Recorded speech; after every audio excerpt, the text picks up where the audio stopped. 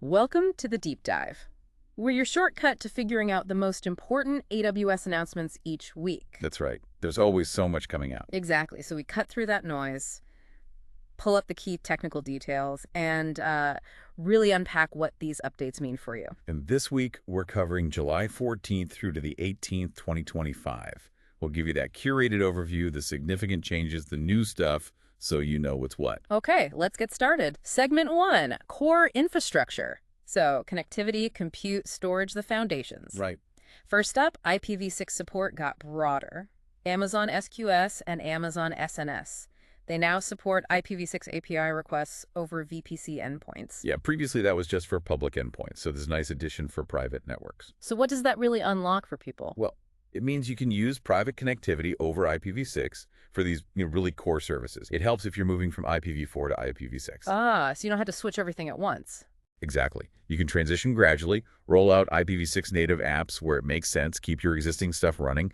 It enables that dual stack approach. Makes sense. And it wasn't just SQS and SNS, right? DataSync too. Correct. AWS DataSync also gets IPv6 support now for connecting to on-prem or other cloud storage like NFS, SMB, object storage. So your big data transfers can now run over IPv6 as well. Yep.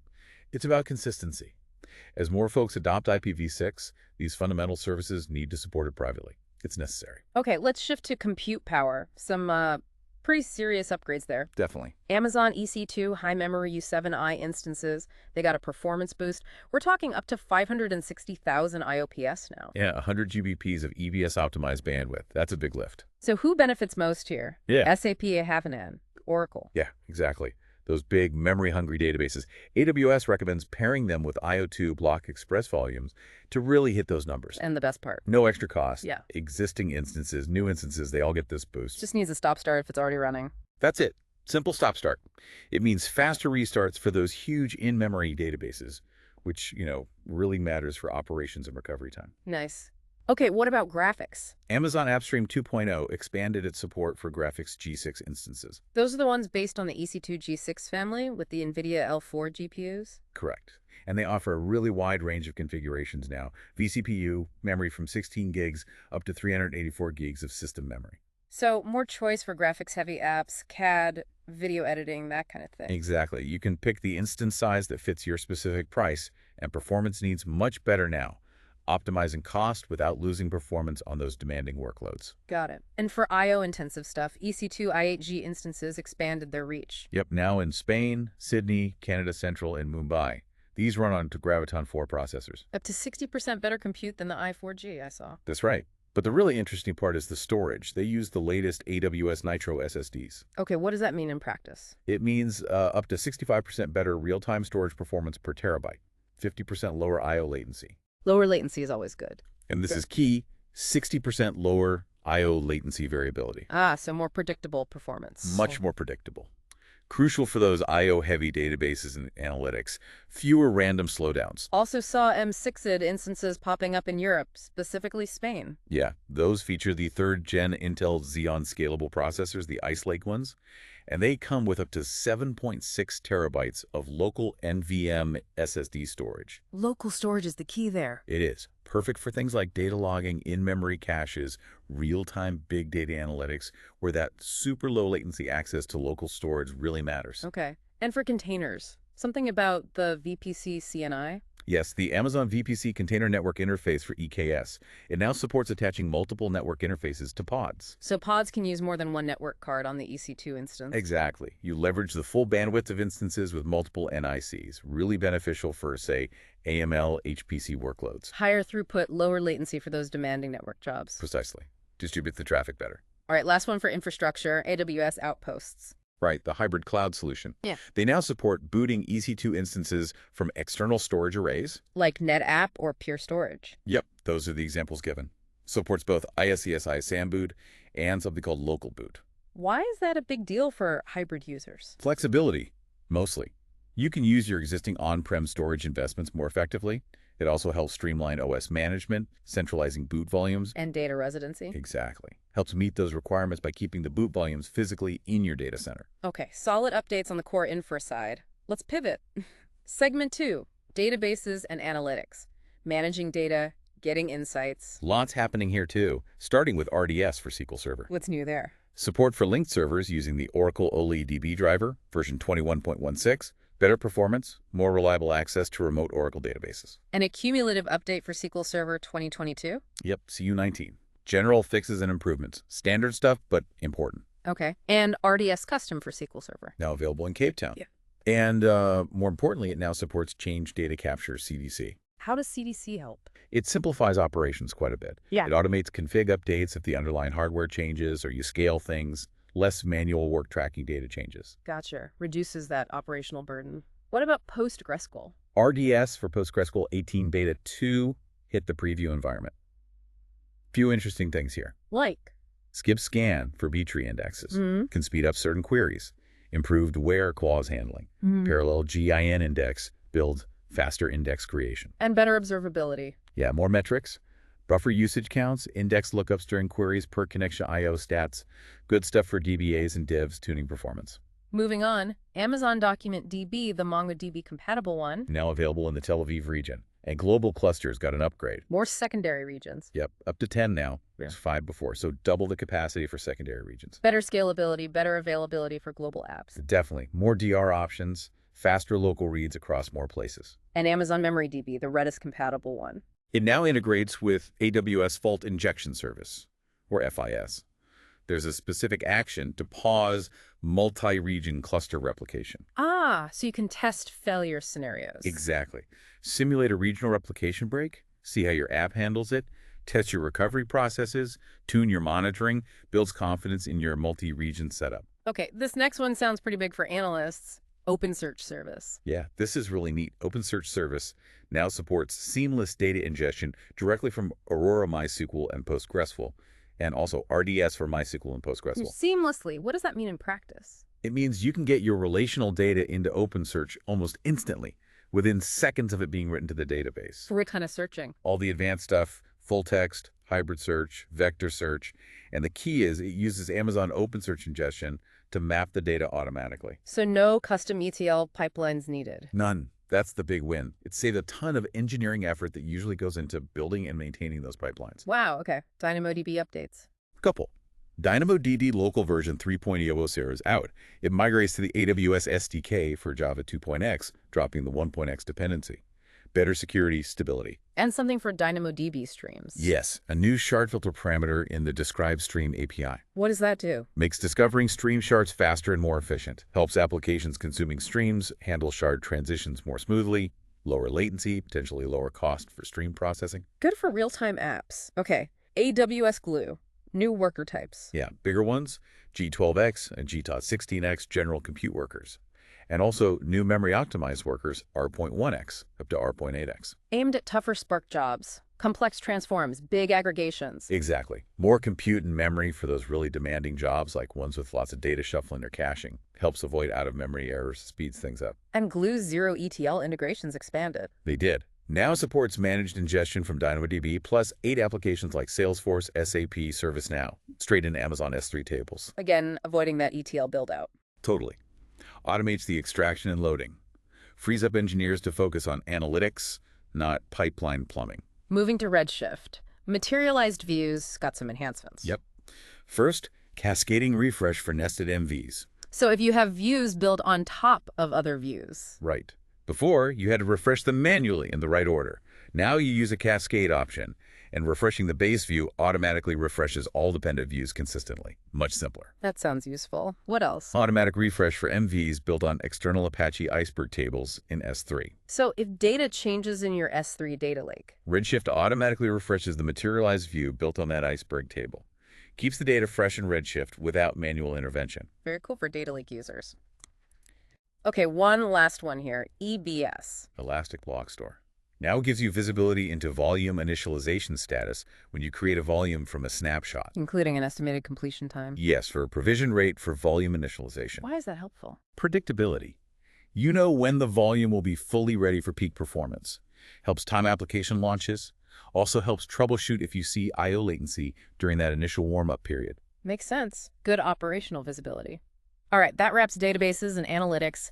Let's move to the really hot topic, segment 3, Generative AI and developer experience. The AI first shift. Yeah, this was a huge week for AI announcements. It feels like AI is getting woven into everything. And S3 seems to be right at the center of it. Absolutely. It's becoming more than just storage. It's a foundation for AI. So S3 tables updates first. Compaction support for Avro and ORC now on top of Parquet for Iceberg tables. Right. And the big news here is the cost reduction for compaction, up to 90% cheaper. 90%. How? They cut the per object price by half and the per byte processing price by 90% for bin pack compaction, 80% for sort sorter. It makes analytics on S3 tables way more affordable, especially at scale. Okay. And S3 metadata. You can now create and manage metadata for existing objects, not just new ones. You can add metadata after the fact and query it. Exactly. Run SQL queries across metadata for all your S3 objects whenever they were created. Plus, they cut the journal table price by 33%, making change tracking cheaper. All right, now for the really new stuff. Amazon S3 vectors. Preview. Yes, preview. This is a big one. First, cloud object storage with native support for storing and querying vectors. Vectors like from AI embedding. Precisely. It's built specifically for AI agents, inference, semantic search.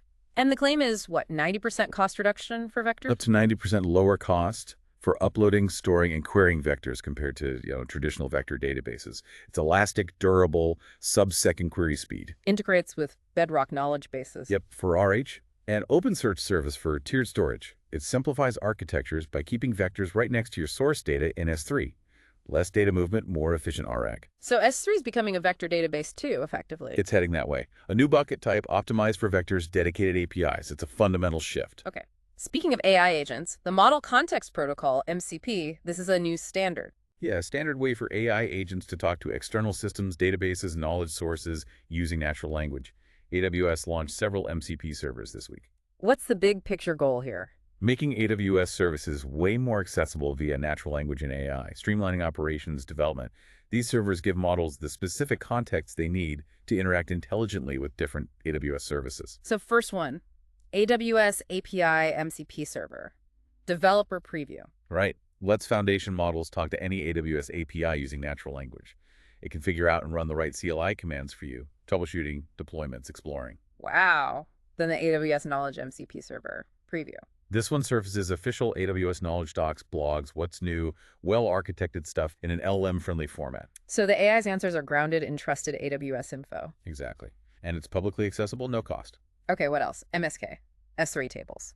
Yep, an MSK MCP server for talking to your Kafka clusters, getting metrics and config info via natural language, and an S3 tables MCP server, so AI code assistants understand S3 tables and can help you create tables, manage schemas, run queries from natural language prompts. And even pricing. Yes, an AWS price list MCP server gives AI agents real-time access to product details, availability, pricing on demand, RIs, savings plans, helps AI assist with cost-optimized service choices. This MCP stuff sounds transformative for how we interact with AWS. It really does. It's a major step towards conversational cloud management. Okay, moving to Amazon Bedrock itself. Agent Core, also in preview. Yes, Bedrock Agent Core. It's for deploying and running AI agents at enterprise scale, with reliability and security built in. What kind of features does it have? Production-ready stuff. Session isolation, short and long-term memory for context, a gateway for integrating tools, a built-in browser tool, code interpreter. Observability, too. Yep, CloudWatch and OpenTelemetry integration, plus identity integration. It's about taking agents from experiments to reliable production deployment. And Amazon Nova, AWS's own models. Customization options. Comprehensive customization now. Pre-training, fine-tuning, alignment tuning for Nova Micro, Lite, and Pro models, all done via SageMaker AI. So you can tailor Nova to your specific business knowledge and style. Exactly. Make them understand your proprietary data and workflows while still getting Nova's price performance benefits. What about Nova Sonic, the speech model? Added French, Italian, and German support, plus 6 new expressive voices. And integrations with LiveKit, Pipecast, Vonage, Twilio for real-time voice apps. Expanding its global reach and making conversational AI sound more natural. Pretty much. More languages, more lifelike voices. And you can deploy custom Nova models on demand in Bedrock now. Yes. Paper inference. No need to pay for provision compute if you don't need it constantly. Big cost saver for custom models. Bedrock Data Automation, BDA, expanded region availability. Yep, 5 more regions, including Frankfurt, London, Ireland, Mumbai, Sydney. Remind me what BDA does. It automates insight generation from unstructured content documents, images, video, audio, feeds that into Gen AI apps. Speeds up building things like intelligent document processing. Radically. Yeah. Automates that complex first step of extracting info from varied formats. Okay. New third-party models in Bedrock. 12 labs. Yeah, Marengo 2.7 and Pegasus 1.2. Fully managed. Marengo is for video embedding think search classification. Pegasus is video to text. So adding video intelligence capabilities. Right. Better content discovery, analysis from video libraries. And Luma AI's Ray 2 model. Now supports image to video generation in Bedrock. Turn JPEGs or PNGs into short videos. Interesting creative tool, automating simple animations or video generation from stills. Exactly. Saves time, creates dynamic content within Bedrock. With all this AI stuff, how do you monitor it? CloudWatch Generative AI Observability. Also in preview. What does it offer? Helps observe Gen AI apps, including Bedrock Agent Core. Gives you insights into latency, usage, errors. Crucially, it offers end-to-end prompt tracing. So you can track a request all the way through the model, tools, knowledge bases. Precisely. Helps pinpoint issues much faster, which is vital for keeping these complex AI apps reliable and accurate. Okay, let's shift gears slightly to SageMaker, the core ML platform. S3 tables integration there too. Yep. A streamlined workflow in SageMaker Unified Studio. Easier to create, query, join S3 tables right within your ML environment. Less context switching for data prep. Exactly. Also, automated Lakehouse onboarding. It ingests Glue data catalog metadata into SageMaker catalog automatically. Making datasets discoverable faster in SageMaker. Instantly discoverable. No manual setup or complex IAM stuff needed. Big time saver for data scientists. And sharing SageMaker catalog assets got easier. Yes, direct sharing. Data owners can grant access to S3 object collections to other projects directly. No subscription requests needed. Streamlines collaboration while keeping governance. Right. And there's a new visual workflows builder in SageMaker Unified Studio. Drag and drop for building pipelines. Pretty much. Uses managed workflows for Apache Airflow, MWAA, under the hood, but provides that visual interface. Right. Makes building and managing workflows more accessible. Nice. And integration with QuickSight. Yes, you can now launch QuickSight directly from SageMaker Unified Studio, visualize project data easily, publish dashboards back to SageMaker catalog for others to find. Connecting the ML work directly to BI and reporting. A really nice end-to-end flow. Okay, let's talk scale. EKS node limits. Increased significantly. Amazon EKS now supports up to 100,000 worker nodes per cluster. 100,000, why so many? Ultra-scale AML training and inference. Think massive foundational model training. They mentioned supporting 1.6 million Trainium chips or 800,000 NVIDIA GPUs in one cluster. Huge scale. Wow. AWS Clean Rooms ML update. Now supports training models on data in Parquet format. Why Parquet? Efficiency. It's a common columnar format, good for large data sets. Also enables training on binary data like images without sharing the raw data itself, maintaining privacy. And AWS introduced something called the AI League. Yeah, it's a program mixing competition with learning. Helps people upskill on SageMaker AI, Bedrock. Offers credits, and there's a $25K prize pool at Redunvent 2025. Fun way to encourage learning and adoption. Seems like it. Gamified learning. Okay, couple more developer enhancements. Lambda? Remote debugging in VS Code. Debug Lambda functions running in AWS directly from your local IDE. Using standard breakpoints, variable inspection. Yep, all the familiar tools. No need to change your workflow. Huge productivity boost for serverless devs. Brings the cloud environment closer. And lower latency for Kafka event processing. Yes, sub-100 millisecond processing now possible for MSK and self-managed Kafka sources when using provision concurrency. Wow. Set maximum batching window in seconds to 0. Critical for real-time applications needing fast responses to Kafka events. Maybe around 50 meters average latency, they suggest. And easier console to VS Code transition. Yeah, single click now. Preserves code, config, removes friction moving from the web console to a full IDE. Good quality of life improvement. Lastly, for devs, Corretto updates. Just the standard July quarterly updates. Security fixes, critical patches for various OpenJDK versions. Important housekeeping. All right, final segment. Operational excellence, visibility, cost management. Keeping things running smoothly, securely, and affordably. Always crucial. Starting with cost. AWS cost anomaly detection got smarter. How so? Better at handling historical cost variations. It can distinguish better between genuine one-off spikes and recurring expected cost patterns. So fewer false alarms, more reliable alerts. That's the goal. better signal-to-noise on cost anomalies. Security updates, Firewall Manager, Added policy support for AWS Private Link. meaning you can manage Firewall Manager privately. Exactly. Access and manage it over the AWS network, not the public internet. Better security posture. S3 Console has a new access summary. Yes, shows an external access summary for all buckets in your account, powered by IAM Access Analyzer. Quick way to spot public or cross-account access. Yep, helps catch potential misconfigurations easily. And S3 Inventory added ACL support in GovCloud. Correct, lets you review object ACLs and inventory reports there. Useful for migrating away from ACLs toward IAM policies using S3 object ownership. Okay. Workflow and messaging. Event Bridge Scheduler. Now, generally available in all regions, including GovCloud. So stable and ready for production everywhere. Yep. Simplifies managing billions of scheduled tasks across AWS services, flexible options, central management. And Event Bridge logging improved. Significantly. Can now log to CloudWatch logs, S3, can use Data Firehose, 3 log levels error, info, trace, and you can optionally include event payloads. Much better observability for event-driven architectures. Absolutely. Easier debugging and performance tuning. Amazon MQ expanded. Available now in Taipei, that's 37 regions total. Broader reach for Managed ActiveMQ and RabbitMQ. Customer service. Amazon Connect. The agent workspace gets an out-of-the-box analytics dashboard. For agents to see their own performance. Yeah, real-time metrics like contacts handled, average handle time. Also queue stats like contacts waiting, longest wait. Helps agents improve performance. AWS free tier got some changes. Enhancements. New customers get up to $200 in credits, now $100 upfront, or $100 more for using EC2 or Bedrock, plus a 6-month free plan for exploring services. Lowering the barrier for trying things out. Definitely. Makes it easier to experiment and learn. Mainframe modernization. AWS Transform. Enhanced Reforge, which restructures Java code and business logic extraction capabilities. What's the benefit? Helps streamline modernization projects, improves the quality of the transformed code, gives better insights into complex legacy apps, can help optimize costs, too. Okay, last one. Business intelligence. Q in QuickSight.